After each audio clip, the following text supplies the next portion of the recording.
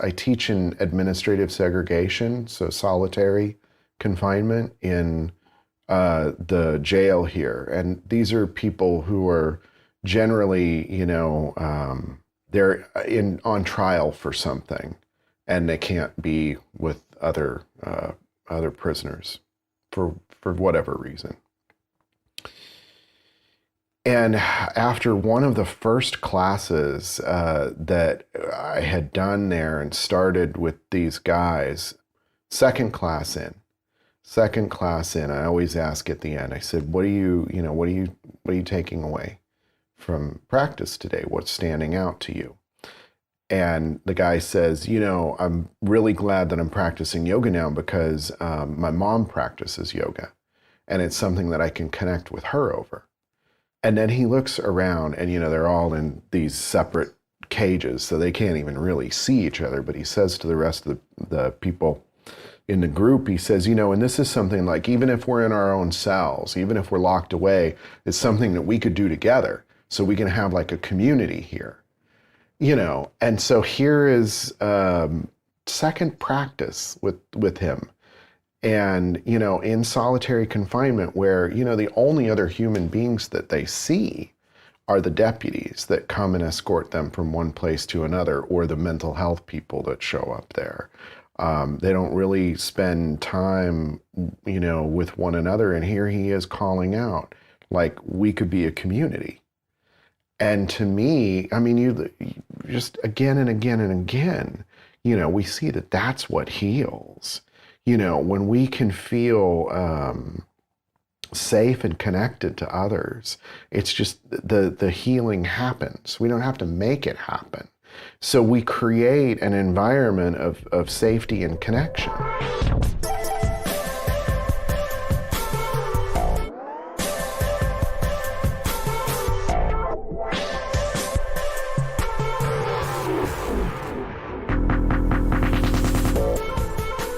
Welcome back to another episode of the Lookup Podcast. I am your host, Mark Weinstein, and as always, I'm forever here in service to all of you. Extremely grateful to you for continuing to listen along with me as I journey through my own curiosity and exploring conversations with some of who I believe to be the most unique and interesting individuals in the world that are offering their service to humanity, whether that be through building businesses, through charity work, through creating foundations, through creating and innovating on new ideas, through service. This is one of my favorite podcast episodes that I've ever recorded, and I think it represents wholly what Lookup is about. It is today, April 5th, 2020, and it is the first time that I listened to this episode since recording it in October of 2019. As some of you may know, if you've been listening along, in January, I lost 6 podcast episodes when my computer was stolen, and this was, I thought, one of them. But lucky for me, my guest had recorded both of our audio on his side, and we were able to salvage the episode. And now, having just started recording episodes a month ago, I'm able to finally release this. This is an episode with the executive director of the Prison Yoga Project, Bill Brown. Bill has been working and serving at the Prison Yoga Project since 2013. He leads yoga classes at the prison and jails in and around San Diego, but has traveled all over the country in this work, in this service. He also maintains a private practice as a Phoenix Rising yoga therapy practitioner and group facilitator, specializing in working with survivors of trauma. And I think that it is extremely clear in this episode that Bill has been putting in the work on his yoga practice through not only the exploration of little s self, our small self, rather than the capital S self, or the universal whole, or the collective consciousness that brings us all together. But as he describes towards the end of the episode, he has moved his practice from one of self-exploration to one of service. And I think that's a lesson that we can all learn here. And as I said, this episode is one of my favorites of all time because of its multidimensionality. We explore a wide array of topics. In fact, the reason I got in touch with Bill was because I was prepared to release a month of Lookup podcast episodes exclusively dedicated to criminal justice reform in the United States. The criminal justice system in the United States is so obviously broken to me. It is a representation of a failure of our humanity.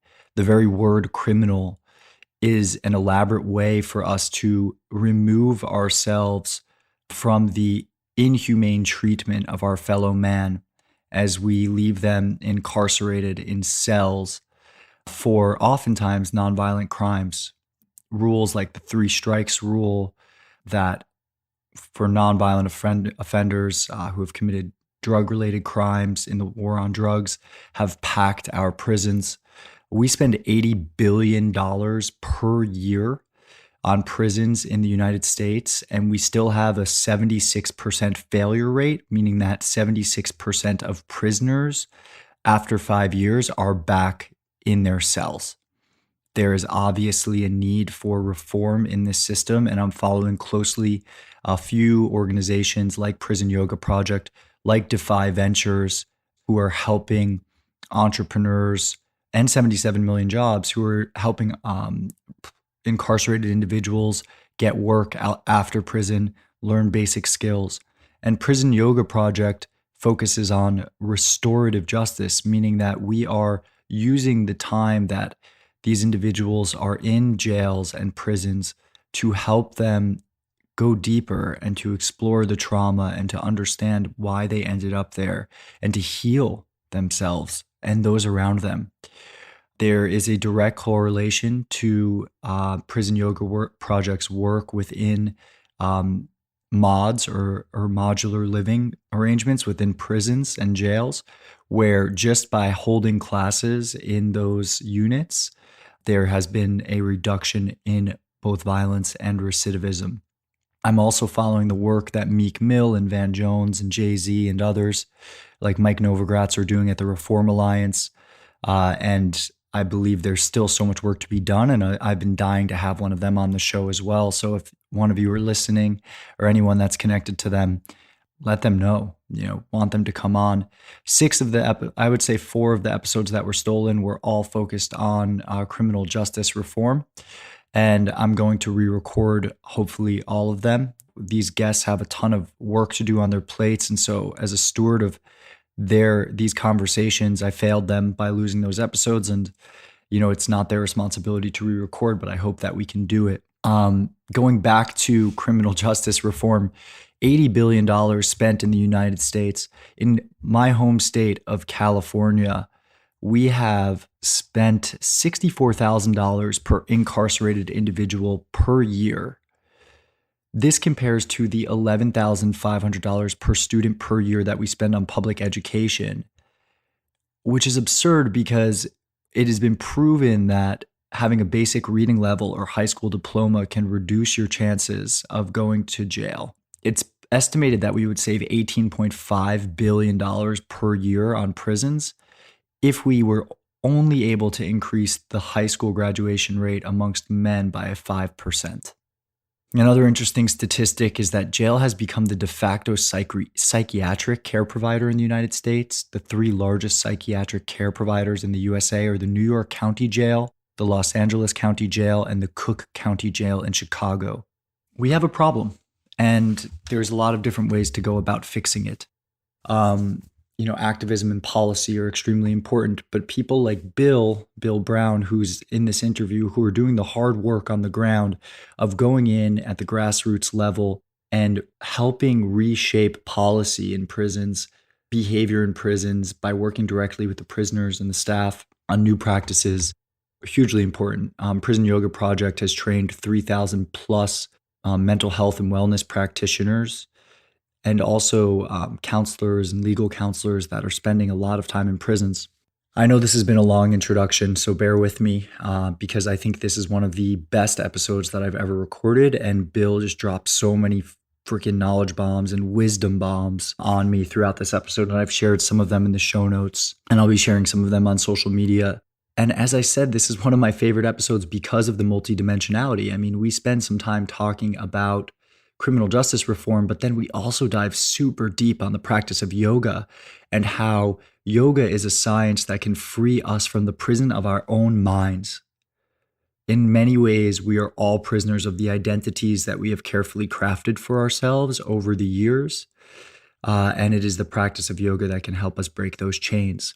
And what's incredible is, as Bill describes, is some of the people that he meets in jail and prison are the most free, especially having gone through this practice, more free than many of us who live free, quote unquote, on the outside.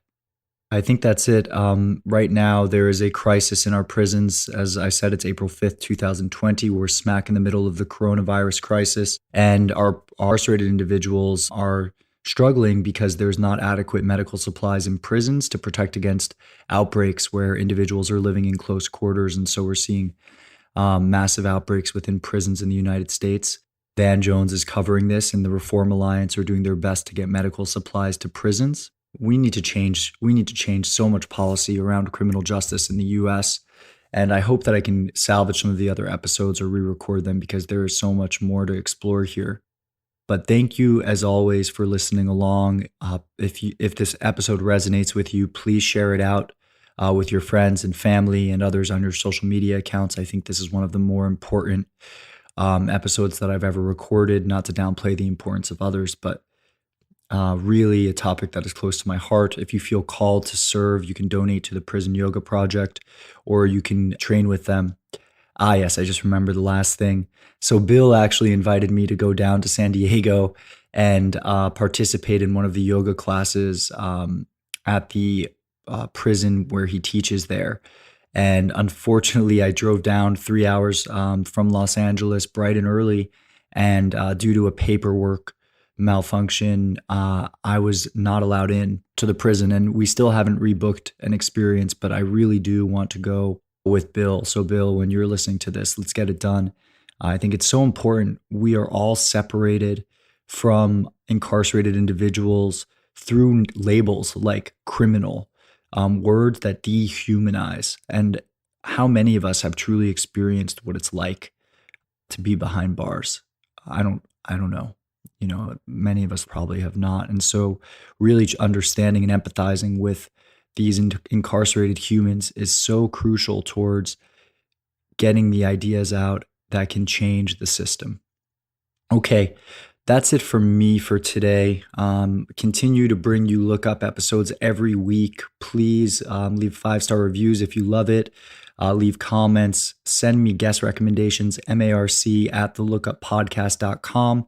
I'm exploring all sorts of subjects. As you can see, we've moved well beyond the mental health effects of social media use, although we'll continue to explore that. Thank you all for listening. I feel so grateful to be able to serve in this way, and will continue to do so. So without any more from me, I bring to you Bill Brown, Executive Director of the Prison Yoga Project.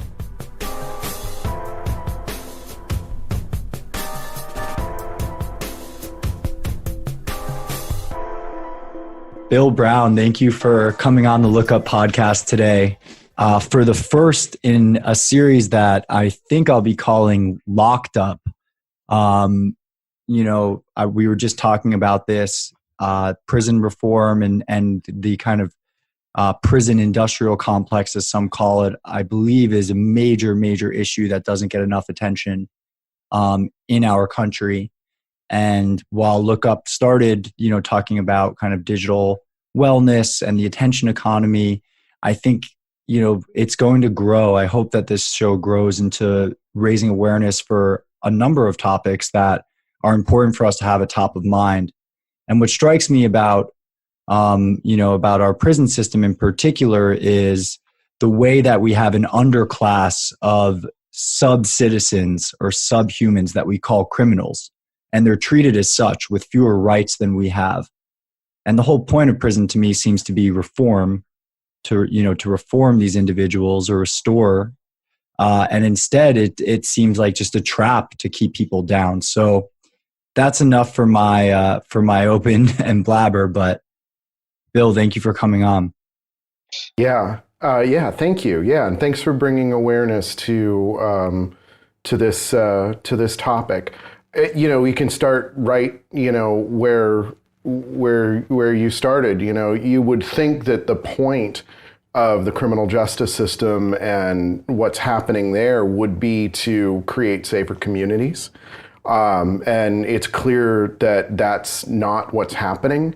We spend $80.1 billion a year on our prison system, and we have a 76% failure rate, 76% rearrest rate within the first 5 years. So clearly what's happening with that money and all the effort and energy that's put into it is not working towards helping people rehabilitate. You used the term restore. And I think you can start with recognizing that our prison system is about punishment. It has the offender at the center of the system. The victim is largely left out of the process.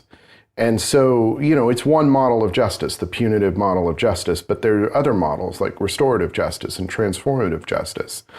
Restorative justice takes the victim and moves them to the center of the process and says, well, you've been harmed. What can we do to begin to make you whole again? And in doing that, we start to look at, how did the crime impact not just the victim, but then the victim's immediate family and the community at large. And then it starts to take another step back and look at, well, what led the offender to be in the position that they were in that led to the offense? And, working with guys in prison, I mostly work with men in prison. You realize, you get to know them, you get to know their stories. You don't wind up in prison because everything went well in your life. Most of these people are carrying some really significant trauma with them, and that this is what's led to the type of behavior that led them into that moment in time, or that habit that was harming others that eventually led them into prison or jail. Prison and jail, so very different places. And you mentioned, an undercast of people in this country. Our jail system has become, the de facto mental health provider in the United States after the closure of state hospitals throughout the 50s and into the 60s. We have the three largest psychiatric care providers in the United States are the Los Angeles County Jail, New York City Jail, and Cook County Jail in Chicago. Wait, can we take a step back for my own education and for the listeners? Can you describe for us the difference between prison and jail? I think that's super important. Yeah.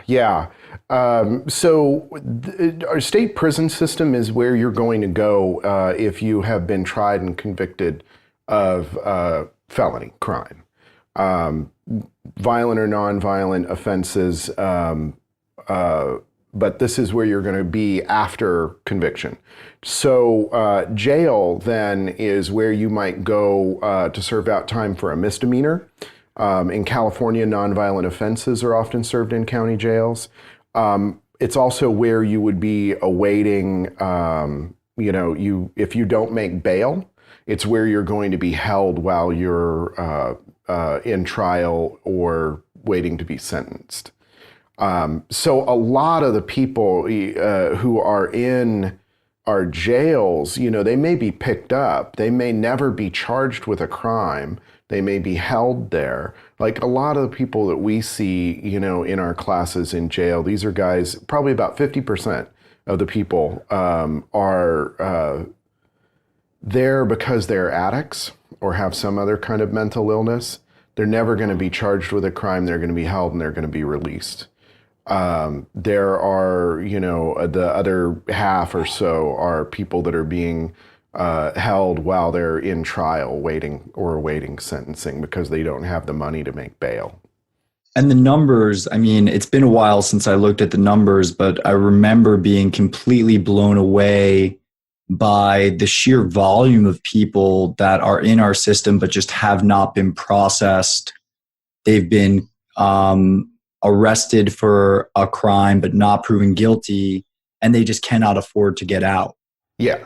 Yeah, I wish I had those numbers at my fingertips. I don't, but it's extraordinary. And in fact, when you look at that number of 80.1 billion, that we're spending on prisons, there are so many other costs that are part of that aren't being counted in that. And the bail system is one of those very expensive parts of the criminal justice system, and it's all being carried by the accused, and it's uncounted. It's difficult to quantify. And then you hear individual stories like the young man in New York City who was held in Rikers for 3 years without being charged with a crime and eventually released. He was under suspicion of stealing a backpack. He's held in Rikers, I believe as a juvenile, held in solitary confinement, and then shortly after he was released, took his own life. So the numbers are staggering, the detail of it is shocking. And we'll definitely, I'll dive into the numbers either, in an intro to this series or in another episode. It strikes me as arcane to begin with that we have a system where you have to pay to be released. I get it. I'd love to learn like the history of bail. Well, and there's a bail project. I think in New York City they collected a pool of money, and they would post bail for people whose families couldn't afford it. And what they found is 98% of the money was coming back. So people weren't skipping out on bail. They were going through. And the statistics, again, I wish I had these at my fingertips, for how much more successful a person is at successfully defending themselves if they're able to make bail, and not be trying to, defend themselves from within a jail. You're going to be limited in the access to resources, access to your lawyer, all of these things. So it's just one way that the burden of the criminal justice system falls on people who lack economic resources. I hear that. I want to go back to the story of this this young man in Rikers, right? And part of, I think, one of the reasons I'm very excited to have you on, Bill, is because I think, you are on the ground floor. Have you been to Rikers? I've not been to Rikers, no, but we've had programs in Rikers before. Yeah, and you're down in San Diego. Yeah. And you're spending how many hours a week in prisons and jails? Right now, I'm only spending about 6 hours a week in prisons. Yeah, only. Yeah, it used to be much more. I used to teach more classes, but since I took over the role of ED for Prison Yoga Project, I mean, it's a 60 to 70 hour a week job. What's happened is, it used to be that we would have to kind of beg to get in. It's like, let us come offer yoga in your prison or jail. And the tide has turned. And we have more demand from different prisons, jails for our services than we really have the resources to meet. Some very exciting things happening in Ohio in particular. Just got back from Ohio, where they are really looking to bring yoga in as an integrated part of the rehabilitative programming that they're offering throughout the state. So fingers crossed. Yeah.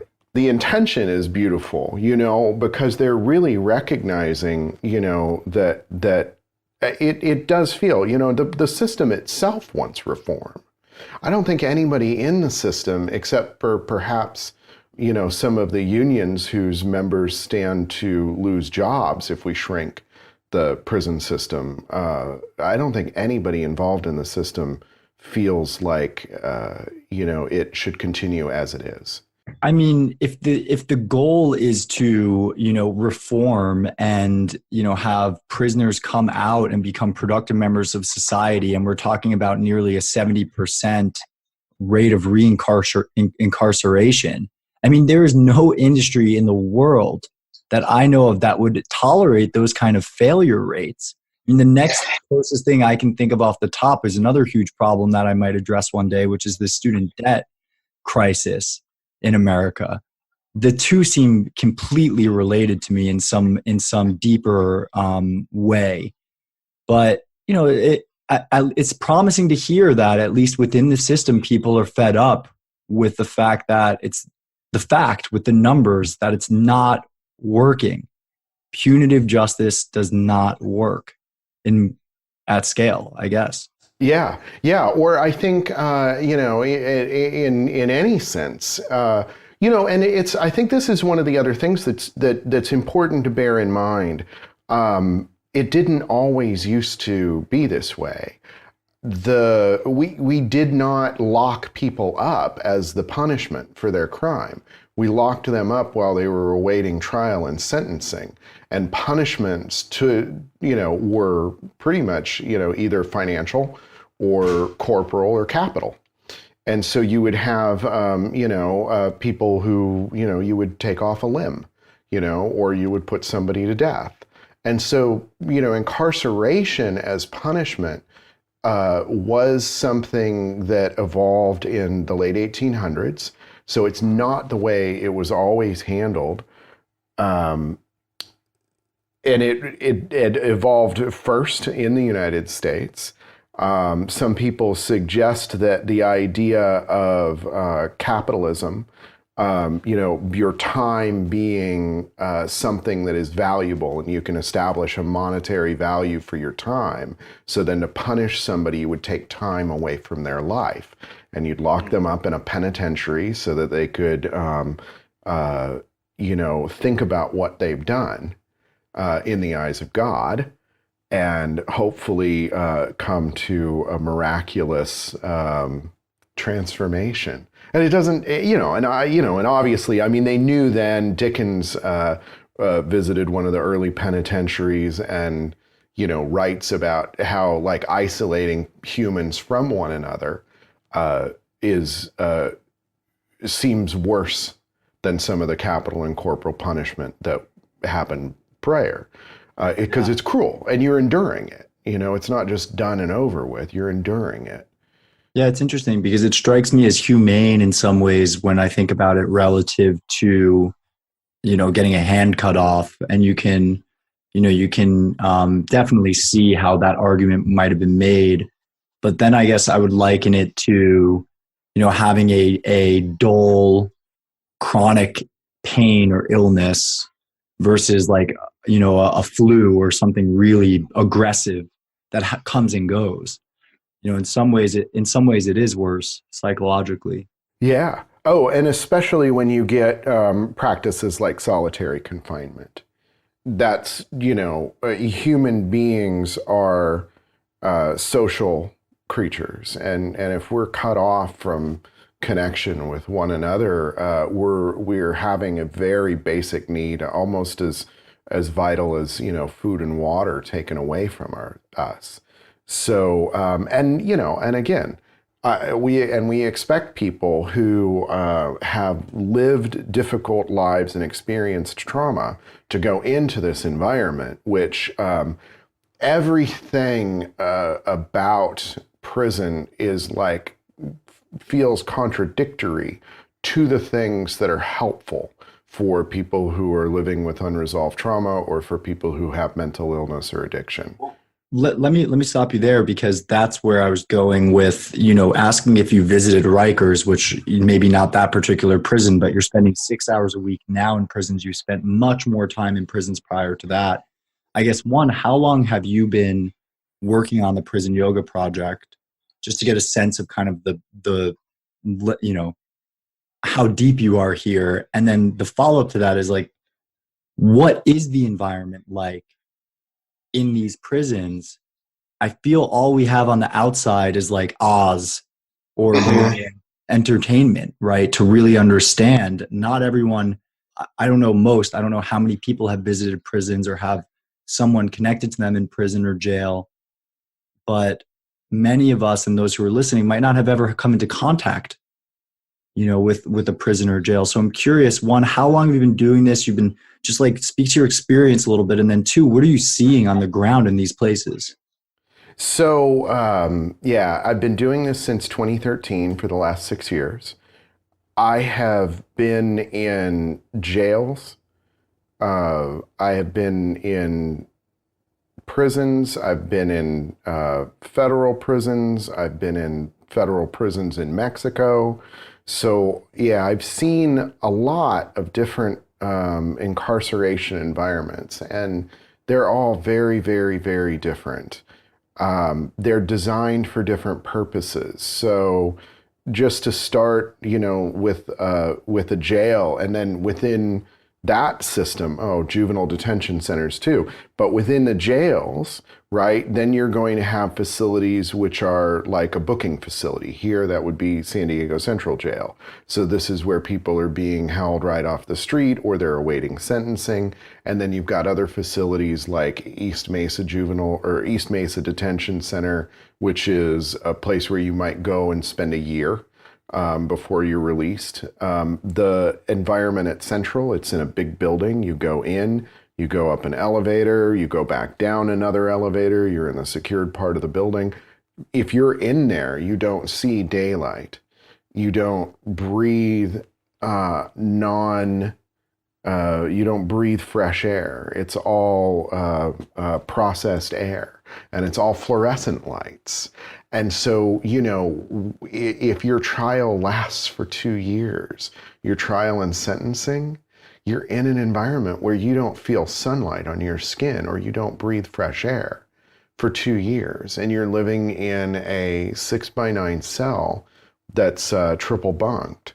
So, and if something goes wrong, you might get locked down for 4 or 5 days at a time, which means you're not going to leave a closet, like a large walk-in closet where you are with 2 other people. They're going to bring you your food.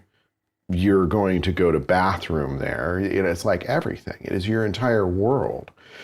So jails are generally, the ones, they're mostly built for short term. So there's not a lot of recreation space. I've heard, we used to have one in San Diego that's been closed, but it was underground. And so that only, you're locked away, you're underground. And this is for people awaiting trial. These are people who may or may not be convicted of a crime. Which is insane, but they're sometimes spending 2 years there because the trial can take forever to process, which is why there's all these plea bargains that happen, right? Yeah. And then they'll, if you don't have money for a good attorney, they may offer you 5 years if you plead to something, and they'll threaten you with a 20-year sentence if it goes to trial and you lose. And so you have people who may or may not be guilty of a crime pleading just so that they can have a reduced sentence. Prisons are a very different place. Most prisons, because they are designed for people to be there for decades. I have people in my yoga classes that have been there for 40 plus years. But there's generally a lot more space to move around. There's a lot more freedom of movement. There are a lot more opportunities for recreation, basketball courts and things like that, things that you just don't get in that jail environment. And then within the prison system, you've got multiple levels, right? Most places, 4-level system, level 4 being maximum, 3, 2, 1, and then minimum. And each of those, if you're on a level 4 yard, it just has a very different feel than a level, 3 or a 2 yard. You're talking about multiple perimeters of fencing, very restricted movement, a very unpredictable environment, and you have the sense that anything could happen at any moment. I also a lot of active drug use, a lot of active heroin use, a lot of mental illness on higher level yards. When you start to move down, you would probably be surprised at how peaceful it can feel in like a level 2 yard. We have one here at Donovan that is a shining example of prison reform, and it's being led and driven by the incarcerated people on that yard. They're really taking things into their own hands and demonstrating a level of self-responsibility that is allowing the system to kind of back off a little bit. They're painting, for instance, you walk in and the whole place is gray. Massive, big gray concrete buildings, big gray yard with, gravel. There was no green in the yard at all. They have started to paint the buildings with murals, 2-story murals, and they're planning to do the entire perimeter of the inside of the yard. The gray concrete picnic benches, they're painting the bases of those just so that there's color and it's not so monotonous, because, it's without some sort of stimulation, your brain doesn't function properly. So, and then the relationships between the people, are very different as well. You can't have that many people living that close without expecting some conflict. But I've also seen, and it was the very first time I went in, I remember at the end of the program that we were doing, one of the guys walks over to another guy who's in wheelchair, and he's got a big folder full of D&D information and his D&D books. Okay, so there's a whole subculture of people who do Dungeons and Dragons. Yeah. You got the time, use it. So he takes his stack of D&D material and he puts it in this guy's lap, and he says, you want to lift back to your dorm. And so he takes his material and he's like pushing him. And I just remember thinking, there's as much kindness and compassion, between people in this place as there's much more kindness and compassion, I would say, than there is, violence. But then it's unpredictable. And then the relationship between the COs and the prisoners, in most cases, creates a level of, hostility. Neither side feels like it can really step back and de-escalate.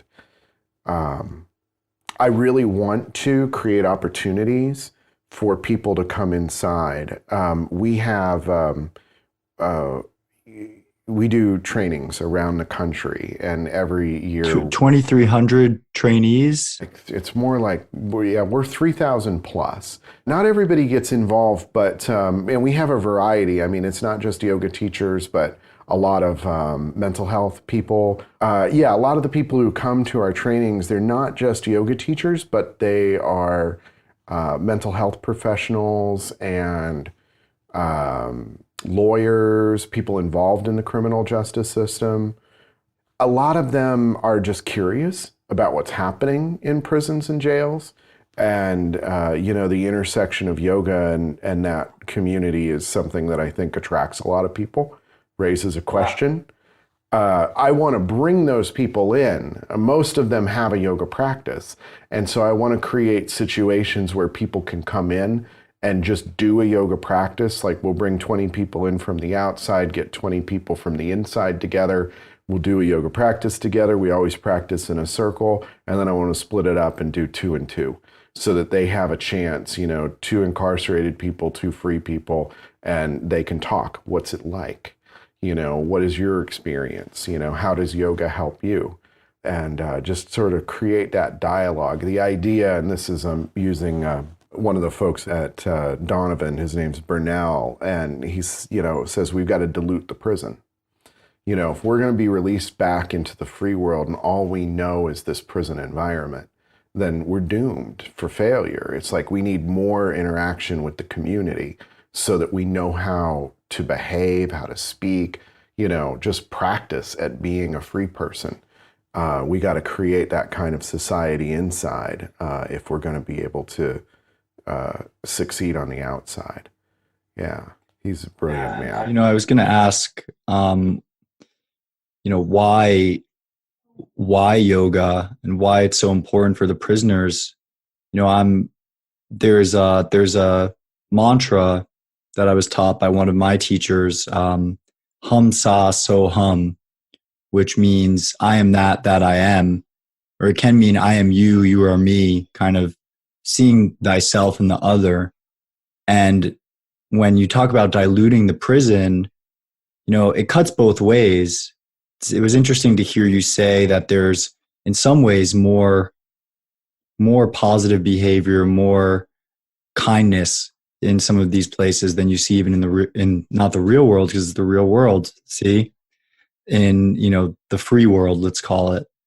And let's put free in quotes too. In quotes, for sure, because it's funny. Yoga is a practice to free all of us from the prison of our minds, of the little s self that we create. So I think it's so beautiful. It's so beautiful what you do, and it goes both ways, as you mentioned. Like, I think having more people visit prisons would lead to more of an appreciation of our freedom, quote unquote, air quotes again, but the opportunity to be free, and then B, also, I'm again reminded of another kind of yoga related quote, which came from Gandhi. He talked about, treating the disease, not the patient, right? Like the disease is the enemy, not the person carrying it. In, at least when we think about that type of disease, and when we think about mental health issues, as you mentioned, is prevalent in some of the jails, and the trauma that people carry, which leads them to act a certain way, that is fundamentally, to me, what must be treated. And instead we attack the people and we call them criminals. So, more visits would create an empathetic effect, I think. Yeah, absolutely. And that really is, empathy and compassion, I think, is the end goal here. It's what leads us into connection with others. And when you're looking at trauma, trauma is some sort of harm that you're carrying with you as you move through life that creates a disconnect between you and others. And I think the intersection of yoga in this world has so much to teach us about how we can relate with one another, regardless of what our situation is, in a way that is more humane and respectful. We look at prison environment, and it's this environment of like radical power differential. The prisoners have no power and the officers have all the power. And so when we're looking at that, we're adapting the way that we offer yoga to be like an antidote for that situation. So for instance, we try not to refer to ourselves as teachers. We're facilitators. They're not coming to my yoga class. I'm coming to their yoga class. Sometimes I'll say to them, I'm an excuse so that we can practice yoga together. I come in here so that we can gather as a community. So we practice in a circle. Like, you think about the way yoga is offered in a studio, where you've got a teacher who's up and walking around and giving adjustments to these people who are in these rows typically. And it's like there's that power differential that's happening in the studio. What I really want to do is create a situation where we're going to do some things together, and I'm going to guide your awareness to certain aspects of your experience. And then through that awareness of that experience, you're going to connect to resources that are yours. It's not something that I have to give you. I'm just going to help you find what's already yours, what's your birthright.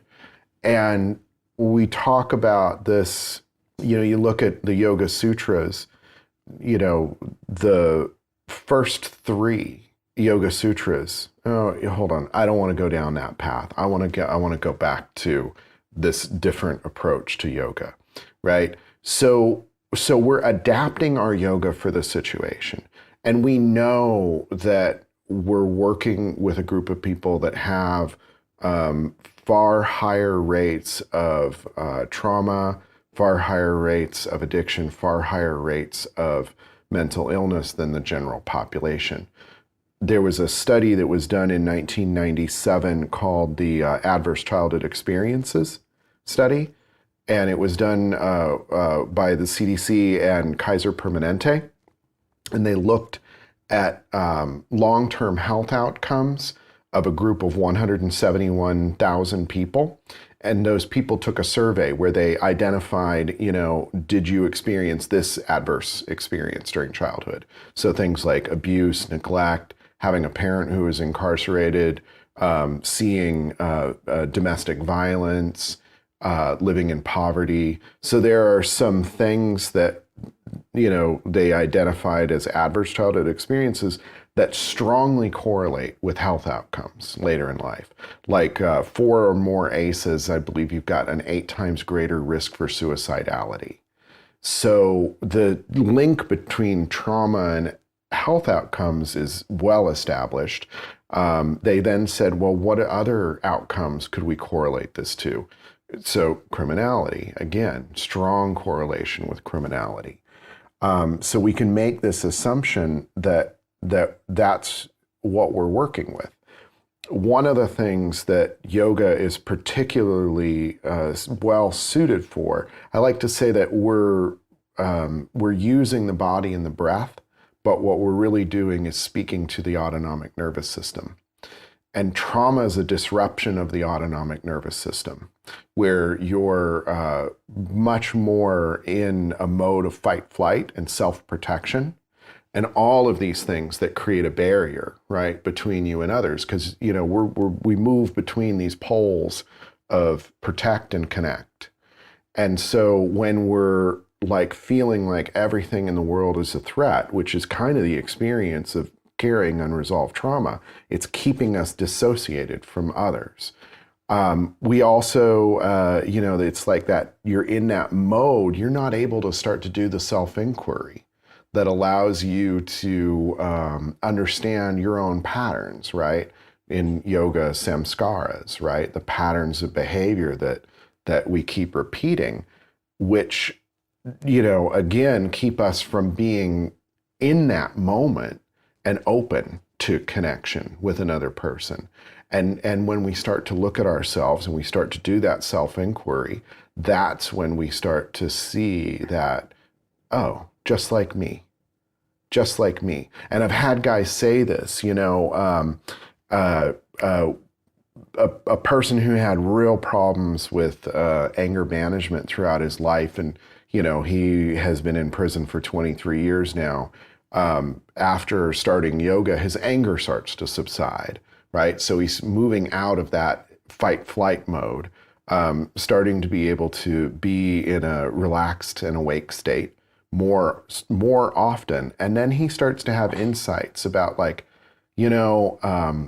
of the things that had happened to him is he'd been beaten pretty severely by some police prior to the offense that landed him in prison. And he's always harbored a resentment, anger towards the policeman that beat him. And at one point in the time that I've known him, he said, I started writing, we're supposed to write this letter of forgiveness to this person who had harmed us. And so my letter starts out, "Dear asshole," right? And he's writing to this cop that had beat him so severely he landed in the hospital for days. So he's writing this letter to this cop, and he says, all of a sudden I realize, man, I'm that cop for every single guy that I beat up since I've come to prison, and making this connection. And he's like, when you see that, how could you harm another person? It's like you start seeing yourself in everyone, and how could you harm another person? I mean, although we probably all spend plenty of time doing things to harm ourselves, unfortunately.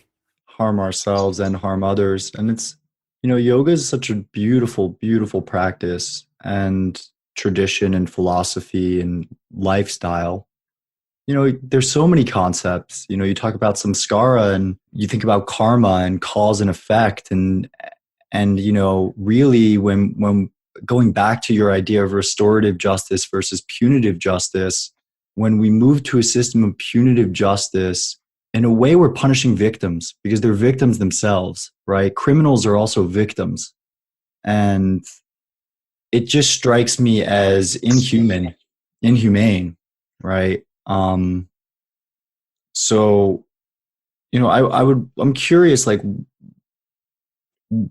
you've given this one anecdote, you've given a few anecdotes, which are really, I appreciate that because I think it's the human element that you're so connected to in these places.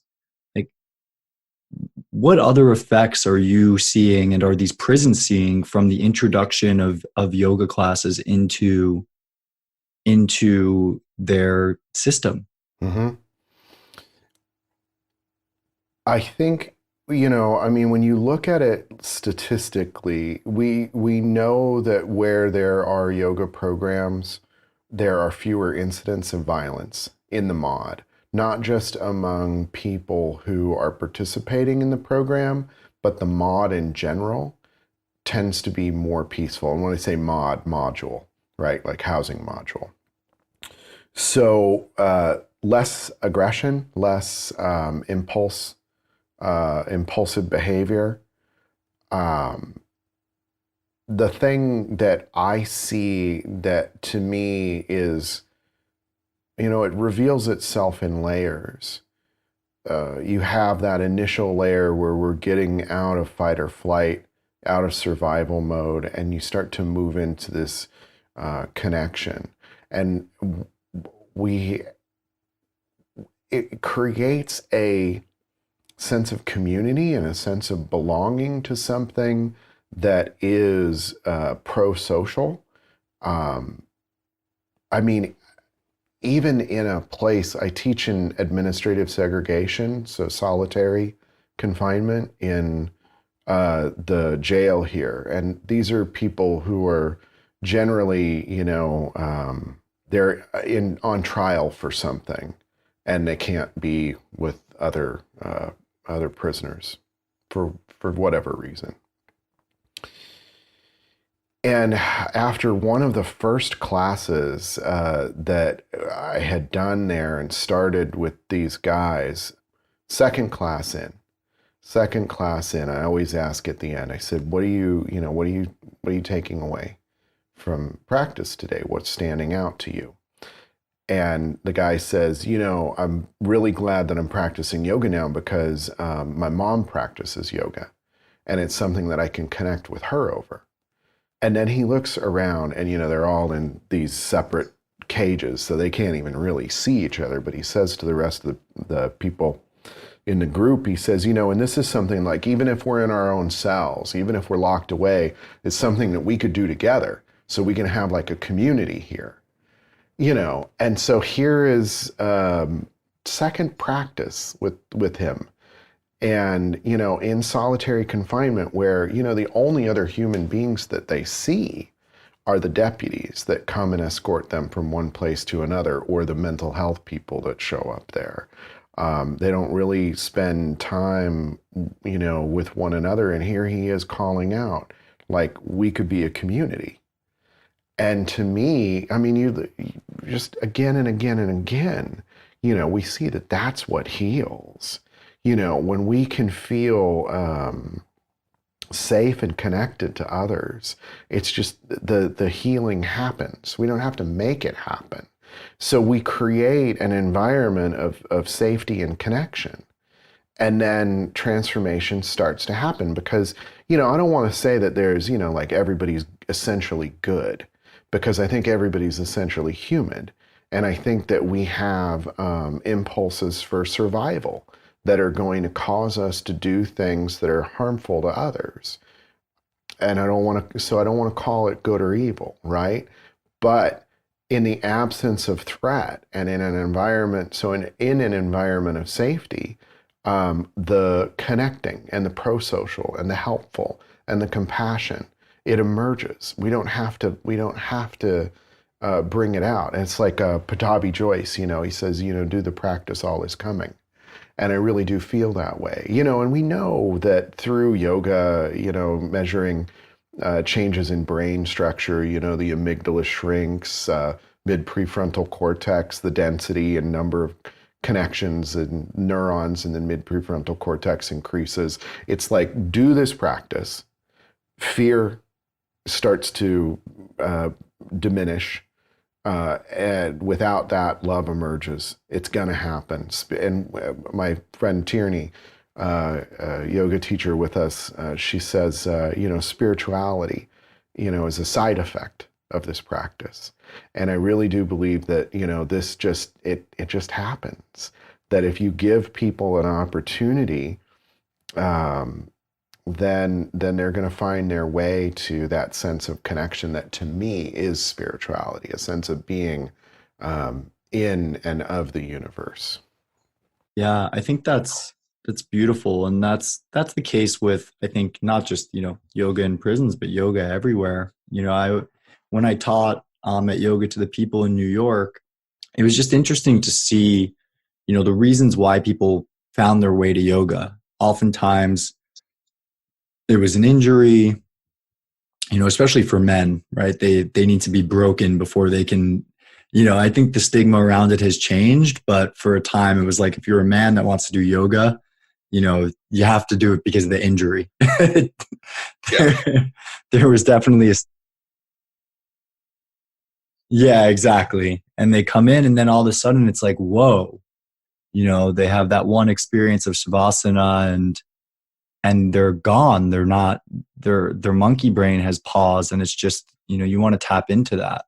Yeah. And it starts with the physical practice, but I'm curious, how do you structure your classes?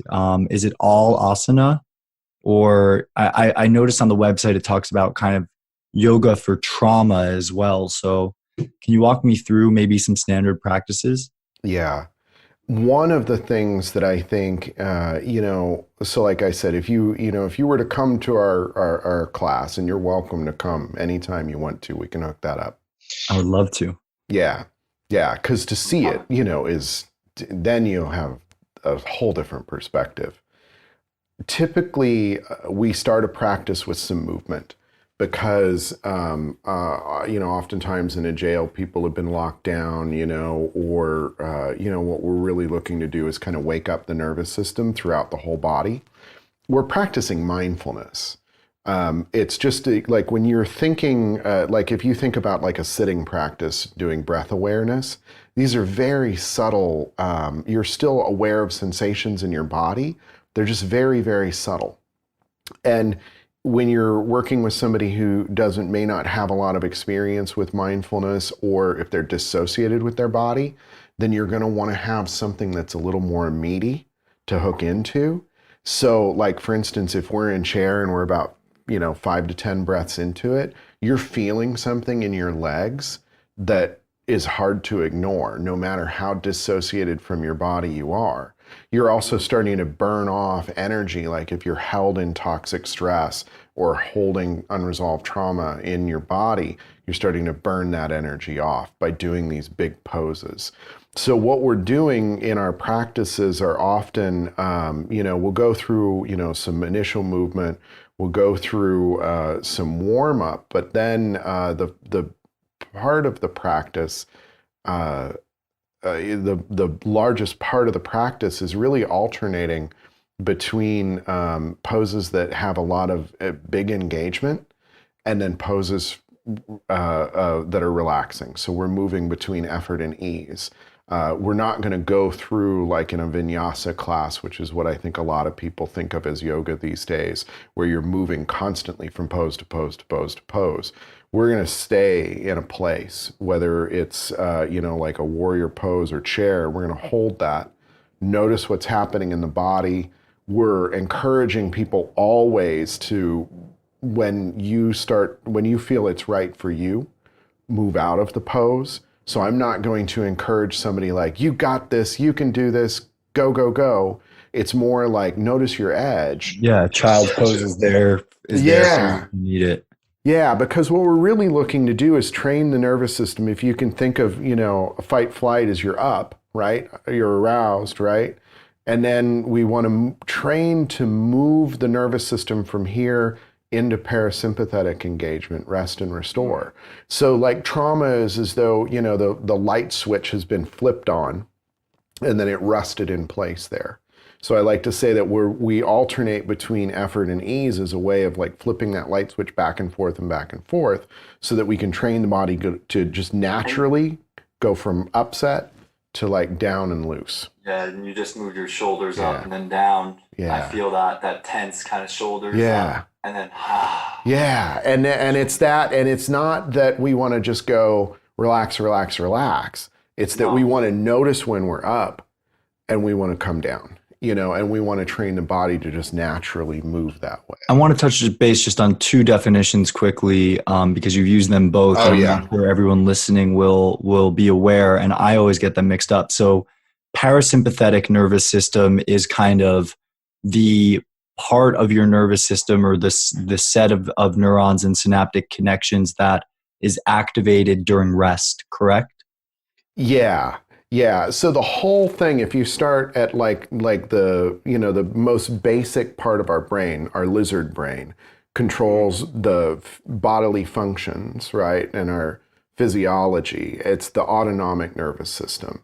So that controls fight or flight. Yeah, and then it is split between two sides, sympathetic nervous system and parasympathetic. So sympathetic means aroused with the emotions. So this is our fight flight. And what happens is, so if we're feeling a threat, it changes the process. It doesn't matter if you finish digesting your sandwich if the bear eats you, right? So it's going to shut down digestion and it's going to activate your heart. It's going to start moving, it's going to constrict blood vessels in your core and dilate blood vessels in your limbs. So it's meant for short-term survival. We're meant to be in periods of stress very briefly, and then we fall back into rest and restore for long-term health. So functioning of the immune system, digestion, reproductive systems, things like that. That's the parasympathetic side. And so what happens with trauma is you experience some sort of threat that becomes overwhelming, and then the body doesn't re-regulate. And so you're constantly stuck. There are some things that happen in the mind with memory. So the experience doesn't get tagged as having happened in the past. So it's as though you're constantly feeling a state of threat. And it's actually your body's physiological systems are reacting as though there's a present threat. And there's a process called neuroception where the signals from your body, you're not even necessarily aware of them, but they're being communicated back up through the vagus nerve to the brain. And so just like if you sat there and you just mildly tensed your body, like you're going to trigger a cognitive reaction based on that, right? A feeling of unease and a feeling of being in threat.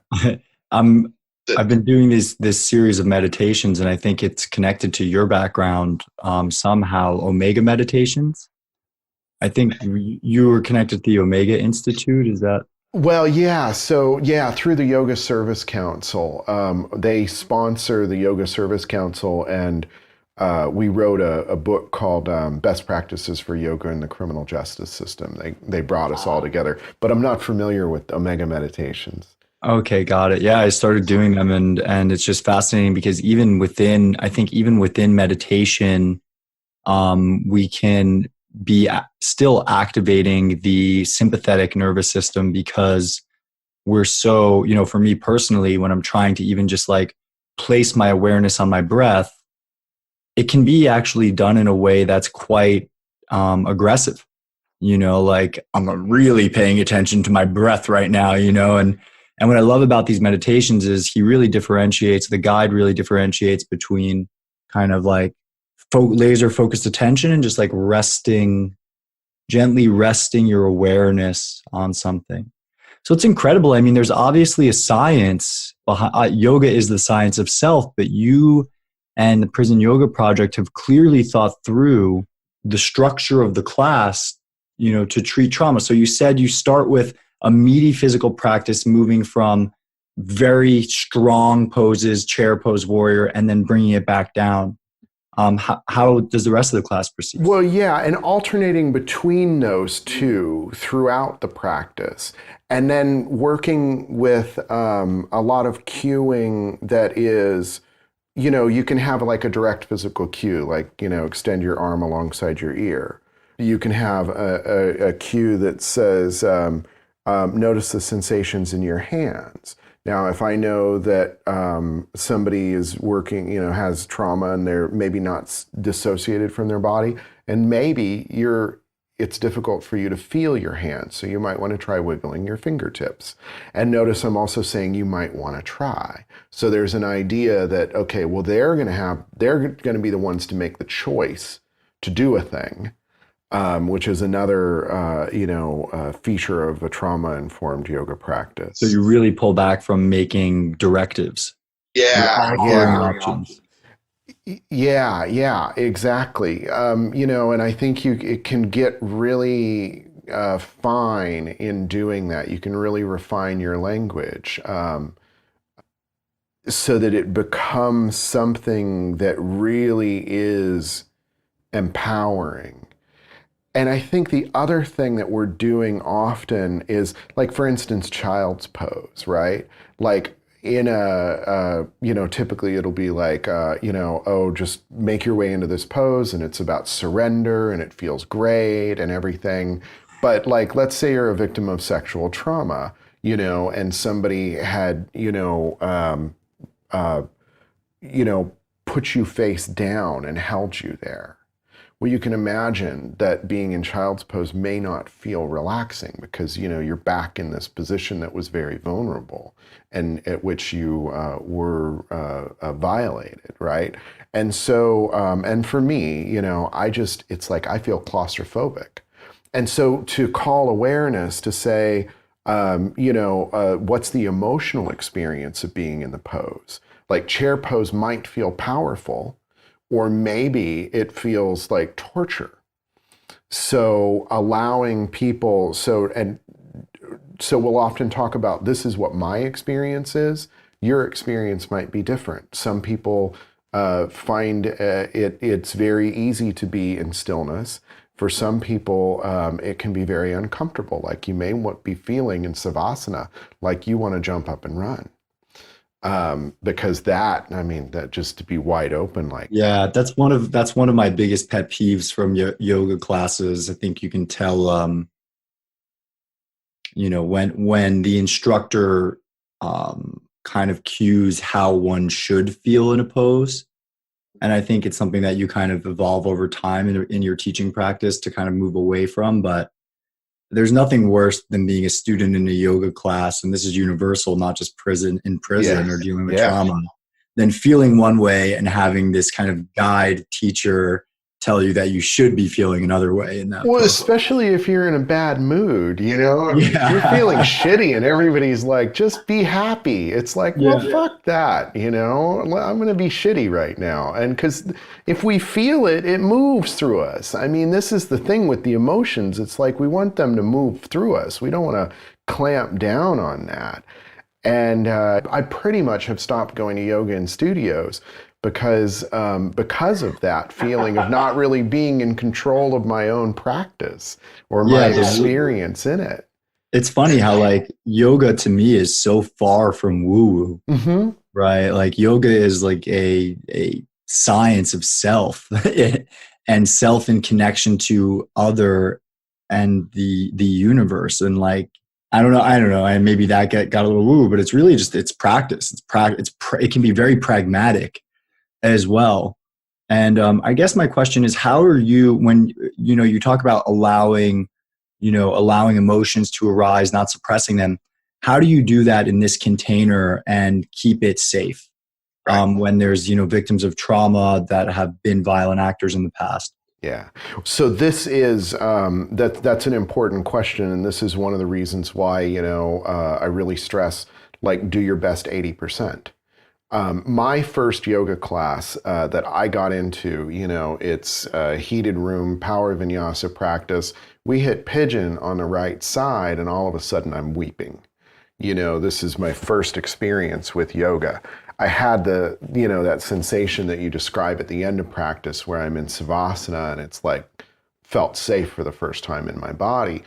I had a medical trauma that left me with, it was being held in my right hip.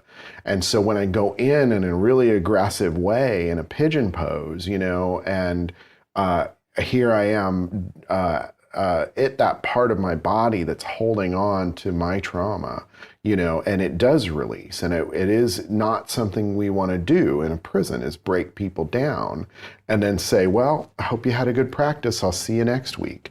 And so we are like, even though we may be doing like big physical poses like warrior poses and chair and, some balancing poses in the practice can be challenging, we're always trying to set that not expectation, but the opportunity for them to be the one to choose their edge, so that they're not going to move into that state of overwhelm.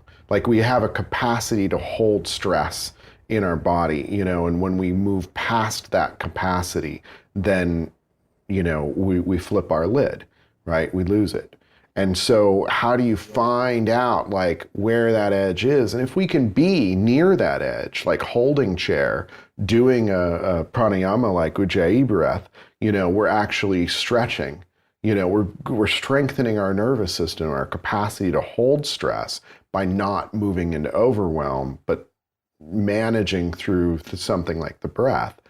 And it is, what you say, yoga is so layered because there's this fine level of detail where you can talk about, it's like, oh, okay, well, we're going to do this breathing, Ujjayi breathing, which actually, concentrates CO2 in our lungs, and that concentration of CO2 in our lungs, because we're not like fully expelling it each time, causes our blood vessels to dilate. And in doing that, we're able to, work in this really fine way with the body in a way that strengthens our capacity to hold stress, right? And so it's everything down to that and everything up to that feeling. And I don't think it's woo at all. I think it's entirely practical to recognize, that we are in and of the universe, and a part of that, and really have that tantric perspective of, being able to see the divine in every aspect of what we meet through our experience. And just, and it's like, God, just, like I feel like I found some magic secret, that, you just put the focus on other people and act with kindness and really listen.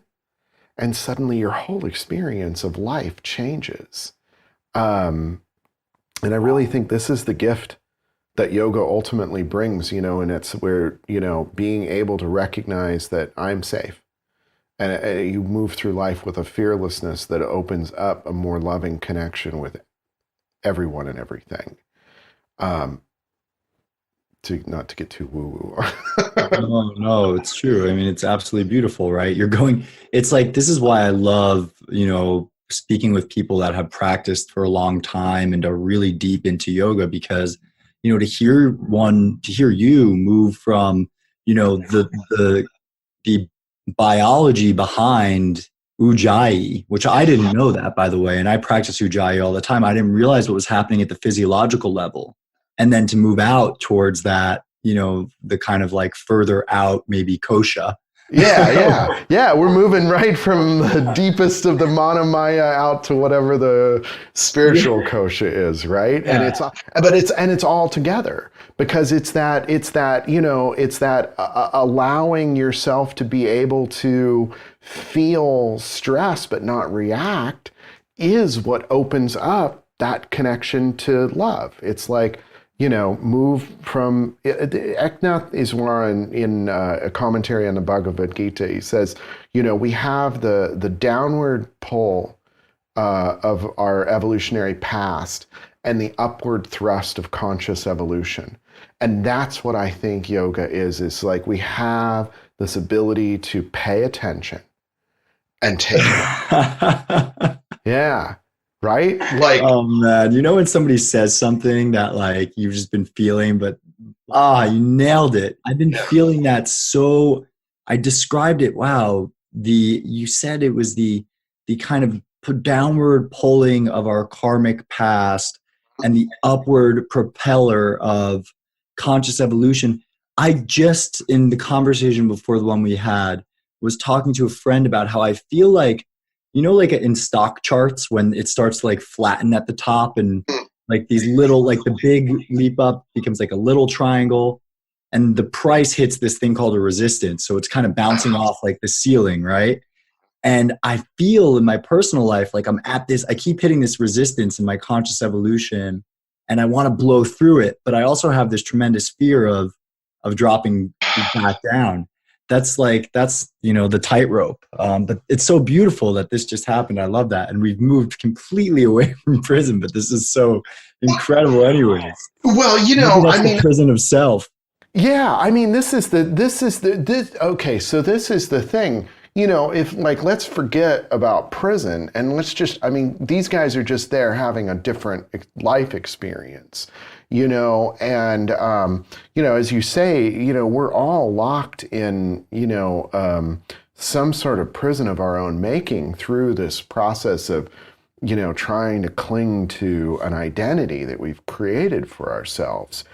And this is the opportunity that I see in prison, because it does carry with it this additional level of intensity that causes people to really have to examine and to do the personal work. And then so there's this moment, and it's, not where you are, but it's how far you've come. And there are people, I wish the people in my life, and particularly the men in my life, were more like the men that I know in prison. Not to say all of them. And certainly, I am exposed to a smaller segment. I'm not seeing all the guys on the yard. I'm seeing the people who choose to come to a yoga practice. But the personal work that they've done in a very fearless way is extraordinary. Well, in many ways, their identity has been stripped from them when they become criminals, quote unquote. Now you're a criminal. You're not, and this is why I wanted to connect with you, because this concept that we have in American culture today of like these definitions, right? Criminal, terrorist, even Democrat, Republican, these identities that we carry and put on other people makes them the other, makes them non-human, makes them separate from us. And yoga is a practice of yoking, of connecting each and every one of us. And so what better dojo than a place that stripped you of that worldly identity to go and connect with big capital S self. Yeah. Oh man, and yet within that environment, then there are so many identity politics, and unfortunately the system, for decades and still uses things like racial identity as a way of pitting one group of prisoners against another group of prisoners so that they're not united against the officers. It's much less so, I think, that way now, at least in the environments that I'm working in. But I remember when I first started working at the prison 6 years ago, they had these old boards where the cell assignments were written on the board. And at the bottom of the board, there was a heading for Black, white, Asian, and other. And with a line there where you could write the number of each of those racial groups in. But there is this sense in there of this is for real. I think we go through our lives and there's so many different opportunities for entertainment that we don't do the personal work. We can amuse ourselves to death, and just be distracted with consumerism or with I love talking about that man, thank you, by the way, because I uninstalled Facebook and Instagram from my phone. And I've uninstalled several other apps that I found myself using mindlessly. We can, and we can, and in the absence of that mindless, addictive, frittering away of time, I have more conversations with people. I'm more present to my environment. Like, whereas I might have been, flipping at light speed through photographs on Instagram, I'm looking at a tree, or watching, some pigeons. This morning I sat at the water's edge and I watched a seal have its breakfast of a fish, and I watched all the seagulls come in, and the life that is existing between the fish and the seals and the seagulls. It's like, man, there's a whole community of symbiotic connection that's happening out there in the water. And I could have just been looking at your phone. I could have been watching cat videos. Yeah. I feel that. I think, again, it goes back to, I've been reading a lot of Stoicism. I find Stoicism to be very aligned with yoga philosophy, in that we really live in prisons that we create for ourselves. We can choose to live a lifestyle based upon control of the internal versus focusing on the external. I wanted to, I want to be conscious of your time. I know you're busy, and I want to wrap soon. But before we do, I guess an extremely important question that's been on my mind is, what has spending the last 6 years of your life working with prisoners in prison, doing this practice, what lessons have you pulled out of this? And I'm sure that this is more than a 10-minute. Yeah. I mean, but yes and no. Yes and no. And I think I might have said it. I'm going to say it again, maybe a little bit of a different way. And I'm also going to be maybe just a little bit critical of yoga in the free world. Because what I see, in yoga is an anemic spirituality in a lot of ways that it's approached in, the way it's been commercialized, the fact that it's packaged in these, 60 to 90 minute blocks of time that you go to a studio and you do this, primarily asana focused practice. I think there's a yearning towards a deeper spiritual connection. But we do this work, on ourselves, to try and heal ourselves or to fix ourselves. And we do need to cultivate a certain amount of calmness and insight. But once that is achieved, and I'm using, Buddhist model here, then the focus needs to shift away from ourselves and onto other people.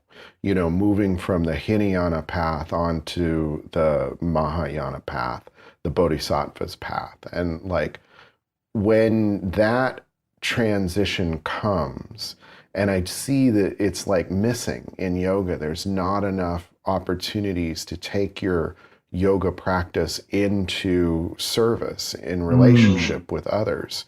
And what I've found is that when we do that, our own problems start to melt. It's as though, it's not like I don't have anxiety over things, but it just seems so much less critical when my focus is on making sure that the people around me are as healthy and well cared for as they can be, and what can I do in service.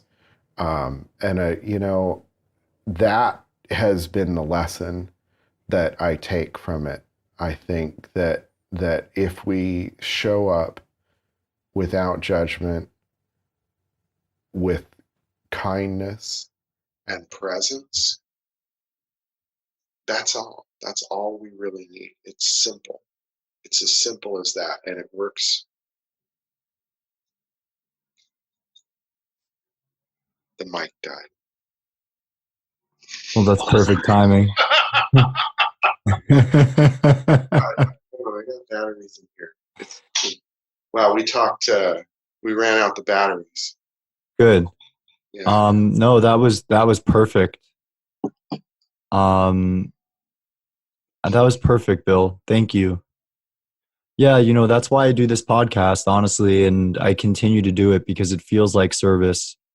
The act of creating feels like service for me right now, and getting to speak to people like you that are doing this really exciting and meaningful work and sharing your stories with others, and it's beautiful. It's so beautiful. And you're right, it's a great way to, it's definitely an element of my life I'd like to expand.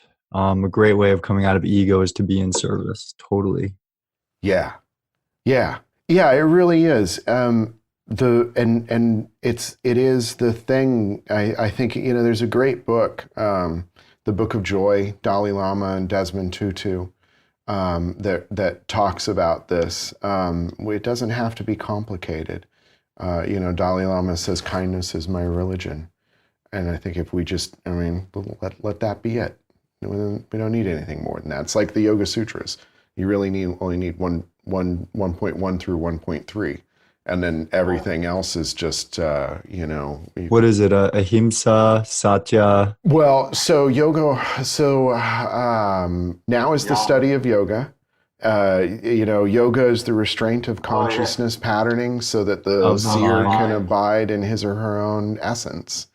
Yeah, and so it's like, we don't need to make it. It can be very simple. And I do appreciate you, and what you're doing with the podcast. I mean, again, like, I think, where you started with it, it's like, we've got a problem in this world. I think that beyond the addictive qualities that the devices have, there's, it puts a distance between us. Here we are. It's so much nicer to be able to see you than just to hear your voice. But imagine if only the thing we had was text. It's like, it's so low bandwidth, and like with any muscle, the more we use it, the stronger it gets. And so if we are in presence with other people, we're developing that muscle of connection. And you're working with, through Prison Yoga Project, you're working with people who have had that social connection completely removed. And here we are doing it to ourselves. It's wild to think about. Yeah. All right. Well, look, thank you for your time. My pleasure. Thank you so much. Yeah, I've been really looking forward to this. And I'm serious. If we need about 30 days notice. But if you want to come in, give it 45 days, because nothing ever happens on time. But if you're ever, on the West Coast and you want to come down, our classes at Donovan are on Saturdays. we can plan it out and get you cleared for a day pass to come in and you can see what this looks like from the inside. I'd love to do it. I mean, I'll give you 45 days notice now. I'll come down in October for sure. Yeah. Okay. Well, we'll send some email and we'll pick the date and I'll make sure that I'm working. Yeah. I mean, I'm doing a prison month. I have to go visit a prison. Sure. Have you listened to Ear Hustle, by the way? No. Oh, it's a fantastic podcast done by the guys up at San Quentin State Prison. Oh, you're going to be... It's called Ear Hustle? Ear Hustle. Yeah. You're going to love this. Yeah, check it out. It's an awesome podcast. Yeah. I will for sure. I'm going to put it out. Right on. All right. Well, cool. I get to do another one of these later today, but I'm going to have Tierney with me, so I'm going to let her do all the talking. I'm done.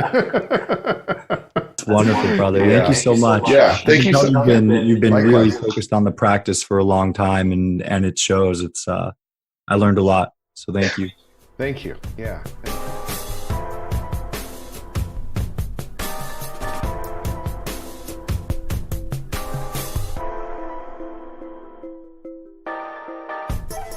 Thank you for listening. I hope that you enjoyed that episode, and I hope that you're enjoying the podcast. It's been a really fun ride so far. I just get so excited every time I meet some of these incredible people and just love sharing their stories and ideas with you all. You can learn more about the show at thelookuppodcast.com. That's THE, lookuppodcast.com. You can follow me on social media at Wark Meinstein, WARCMEINSTEIN, on both Twitter, Instagram, and Medium, and Facebook. We have a Facebook page for the show as well, The Lookup Podcast, on Facebook, so check us out. You can also subscribe to our mailing list on the website for more future updates. If there's anything from the show that you want to catch, I've posted that in the show links for you to check out. And if there's any way that I can improve, please let me know. Feel free to reach out. If you have any guest recommendations, please let me know. Other than a couple of individuals who are helping me out in the background, this is a passion project and I'm always open to feedback and any kind of support. I want to thank Sam Palumbo and Patch Kid Music for the sound editing and the intro and outro song that he created. And I want to thank Hello There Collective for their support on my social media. You can check them out at hellotherecollective.com. All right, that's enough for me. I'm sure you're ready to go on to your next activity. Thank you for listening. And please come back again next week for another episode of the Lookup Podcast.